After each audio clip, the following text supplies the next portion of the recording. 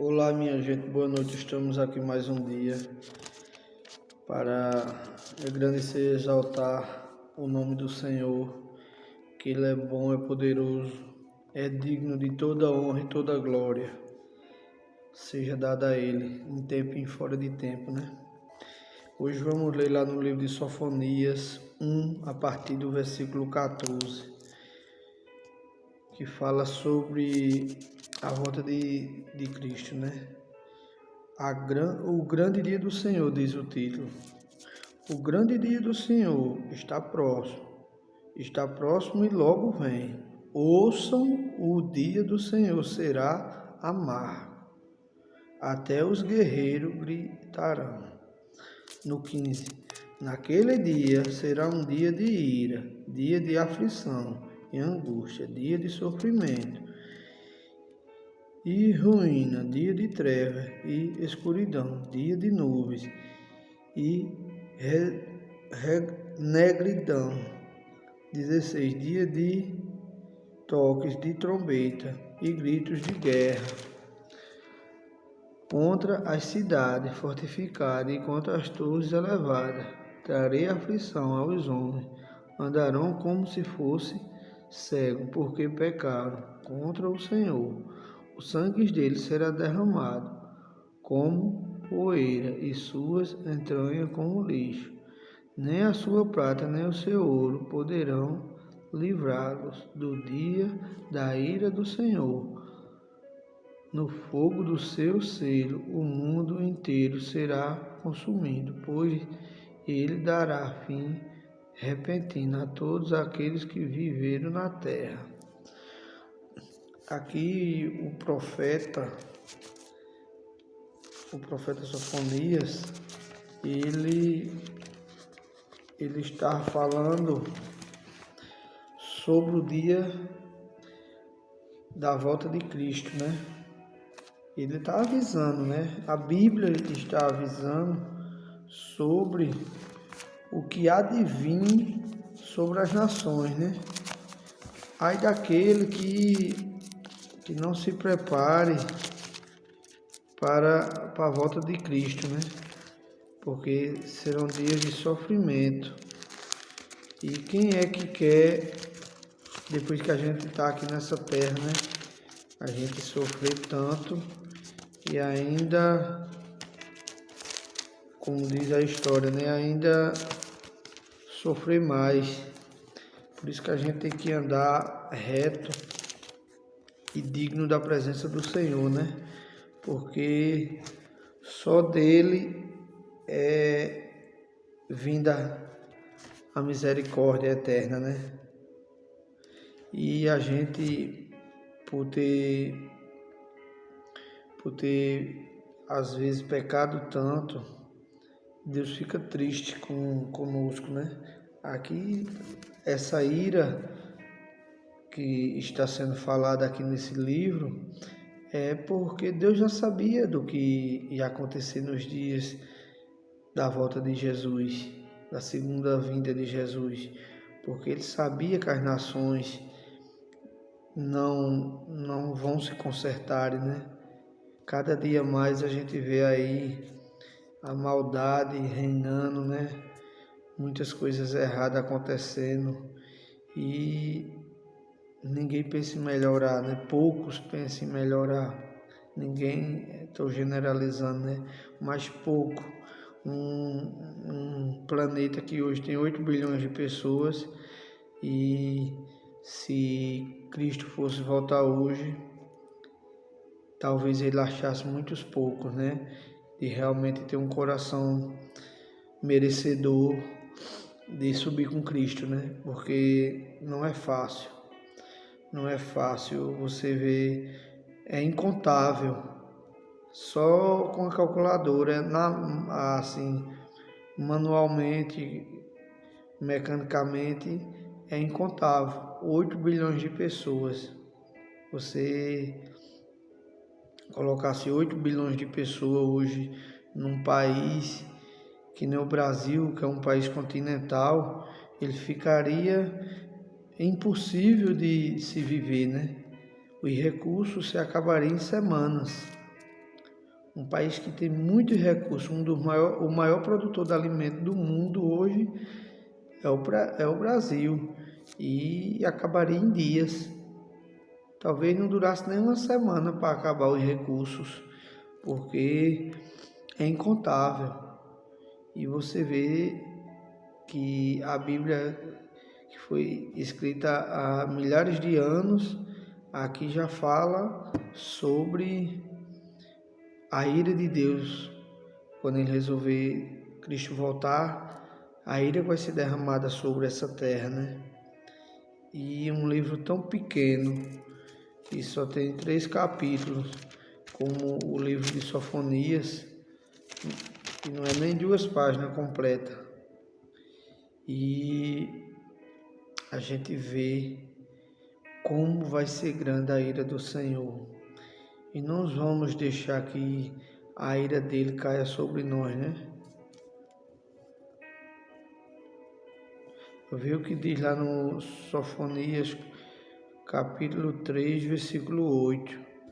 Por isso, esperem por mim, declara o Senhor, no dia em que eu me levantar para testemunhar, decidi ajuntar as nações, reunir os reinos e derramar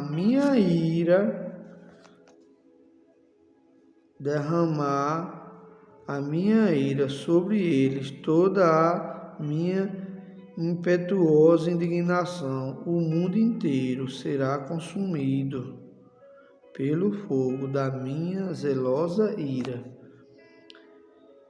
No 9, então purificarei os lábios dos povos, para que todos eles invoquem o nome do Senhor e o sirvam de comum acordo, desde além, o 10, desde além dos rios e da Etiópia, os meus adoradores, o meu povo disperso, me trarão oferta. Naquele dia vocês não serão envergonhados pelos seus atos de rebelião, porque tirarei desta cidade os que se regozijam em meu orgulho. Nunca mais vocês serão ativos no meu santo nome, mas deixarei no meio da cidade os mansos e humildes que se refugiam no nome do Senhor. Vê aqui o capítulo 12, o versículo 12, capítulo 3, versículo 12, o que diz: como é bom a gente servir ao Senhor, a gente engrandecer o nome do Senhor. Veja no 12, no versículo 12: mas deixarei no meio da cidade os mansos e humildes que se refugiam no nome do Senhor. O único lugar que a gente deveria se refugiar quando a gente está aflito, quando a gente está passando por um momento difícil, é debaixo dos braços do Senhor, porque só Ele que tem consolo digno, consolo sincero. A gente pode até achar consolo em alguém, mas nem sempre vai ser um consolo sincero. Às vezes é um consolo momentâneo, né? Só para lhe agradar naquele momento, mas pelas costas aquela pessoa vai lhe julgar, vai dizer que você está passando por aquilo porque quer, e em Cristo não, Ele não vai lhe apontar, Ele não aponta os defeitos de ninguém, Ele só quer um coração sincero e arrependido, só o que Ele quer. E mais que você chegue a pecar, meu irmão, a gente somos falhos, viemos do pecado, né? E a gente está submisso a pecar. A gente só não pode achar bom pecar e fazer disso um vício, né? Não, eu me arrependo, eu peco hoje, me arrependo amanhã. Isso se torna rotina e você nunca vai ser digno da presença do Senhor. E eu quero cada dia mais buscar a Deus para que um dia eu seja digno de, pelo menos na vinda dele, eu estar no meio dos protegidos. e que se eu não tiver misericórdia, meu Deus, mas eu quero estar, porque esse mundo aqui, a gente até corre, né? Eu trabalho porque eu tenho minha família e eu preciso assumir os compromissos de pai, tenho alguns compromissos pendentes ainda a resolver, mas que daqui não adianta a gente querer buscar mais nada desse mundo, não. Bens materiais, carros, carrões, motos, roupas de marca, isso tudo é passageiro. Dinheiro sim a gente precisa, né? É importante, porque enquanto a gente estiver aqui a gente vai precisar dele, né? Mas não coloque dinheiro acima de Deus. Não coloque um projeto que você tem acima de Deus. Não coloque um objeto que você tem acima de Deus, um relacionamento. Não coloque sua religião acima de Deus. Não coloque um filho, a esposa, ninguém acima de Deus. Não coloque nada acima de Deus. Tudo é abaixo de Deus. Dinheiro é abaixo de Deus, bens materiais.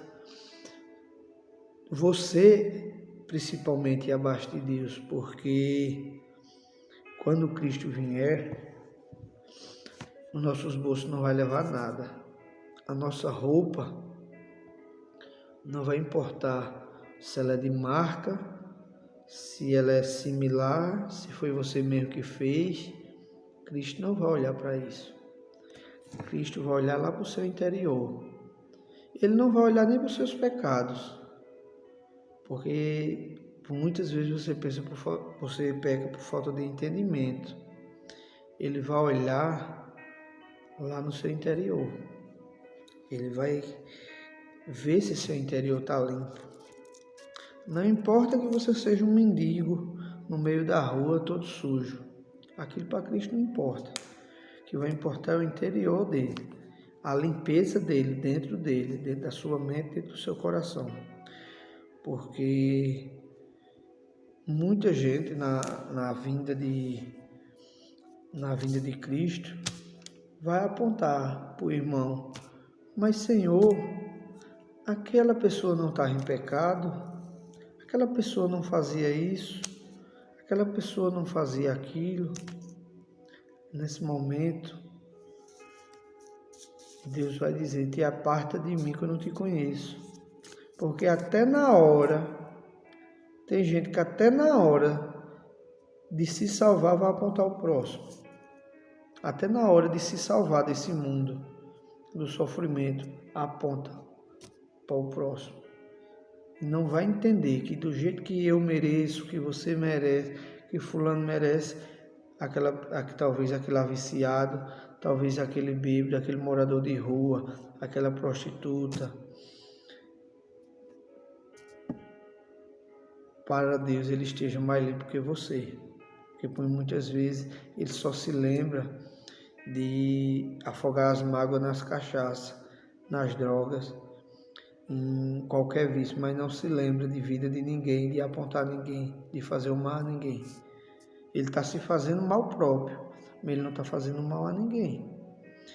E nos dias de hoje, irmão, o que a gente mais vê é pessoas apontando. Até dentro da igreja mesmo, da igreja a gente vê pessoas apontando o próximo.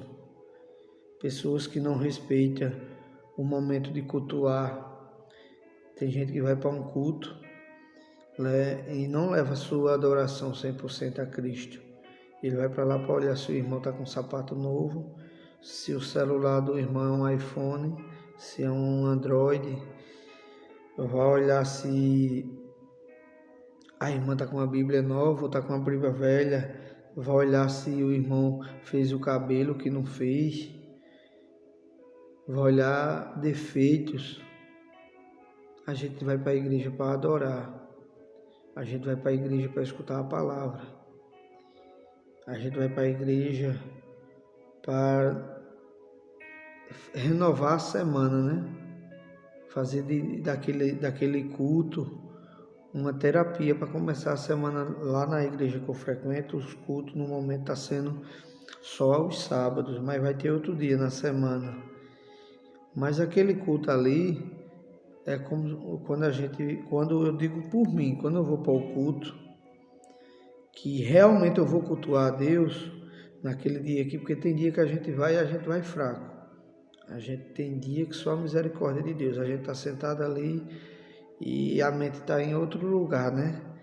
Mas quando a gente vai de corpo e alma adorar e servir ao Senhor, a gente vai para lá pesado e a gente volta leve. Porque a Bíblia mesmo nos diz, né, que o fardo de Cristo é leve, né? A gente carrega ele, mas ela é leve. E tem dias que eu chego da igreja, eu chego em casa, eu chego com aquela paz, quase todos os dias, né? Aliás, eu chego com aquela paz. Aí eu tomo isso para mim, né? A gente, quando for à igreja, à casa do Senhor, a gente vá realmente para adorar o Senhor. E chegando lá, dê o seu melhor. Às vezes você está um carro, está quebrado. Mas você, quando chega lá, você dá o seu melhor a Cristo. Você sai de lá renovado. Você sai de lá como se não tivesse nenhum problema. Tá certo que depois, quando você cai a ficha novamente, você fica pensativo, né? Mas quando você for para a igreja, vá para adorar, vá para buscar, vá para entender, escute os pregadores, escute o pastor, escute os hinos. Se você não souber cantar, não cante, mas escute. Mas vá oferecer culto ao Senhor. Não vá oferecer culto a quem está lá em cima do púlpito. Não vá querer fazer para agradar quem está no salão. Não faça isso não. Vá para agradar a Cristo. Dê o seu melhor. Deus sabe das suas necessidades, das suas falhas. Não vá querer ir para lá para cima para agradar quem está lá. Se vier vindo de Deus, se você tiver de falar, se vier de Deus, não for da sua cabeça, fale. Não, mas vai desagradar quem está lá, não importa. Que desagrade. Igreja não é para agradar ninguém, não. Igreja é para agradar a Cristo. Se vier, fale. Não, mas eu não vou falar para não magoar. Não vou magoar o meu irmão. Não fale para machucar ninguém e para colocar ninguém, para rebaixar ninguém. Agora, se Jesus tiver de falar, se seja sobre vestuário, se seja sobre comportamento, que fale. Que fale. Igreja é um lugar da gente se comportar. Fora também a gente tem que ser comportado, mas a igreja tem que ser mais. Igreja é um lugar santo. Se diz a casa do Senhor. Igreja, não importa a denominação, a religião, a igreja é a casa do Senhor. Se realmente tiver louvor e adorações sinceras, Ele estará ali. Mas a gente chega em algumas igrejas, não vou citar nomes, e religiões, eles estão mais para envergonhar o nome do Senhor, fazendo palhaçadas. Tem muitas igrejas que fazem palhaçadas. Tem igreja que não, se chegar um irmão sujo, não deixa o irmão entrar. Chegar um irmão que esteja alcoolizado, que mesmo ele não estando com palavras de baixo escalão, não deixa entrar. Não deixa se misturar no meio dos fiéis. Que igreja? Isso não é ser igreja.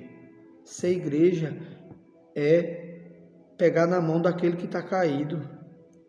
É não querer dar uma rasteira. Tem igreja que, em vez de dar a mão, derruba. Tem irmão que só um pouco da linha, ficar um pouco nas coisas do mundo, e a primeira coisa que eles fazem é espetar o cara com apontamentos. Não, irmão, você caiu. A gente deve fazer assim, irmão, você caiu, mas eu estou aqui com você. Você errou, mas o seu erro para mim não importa. O que me importa é que eu quero levar você comigo para a glória. Tem gente que está na igreja e comete algum deslize, é a mesma coisa que ele esteja cometido um assassinato ou um estupro. Todo mundo apontando, julgando. Não, a gente não está aqui para isso não.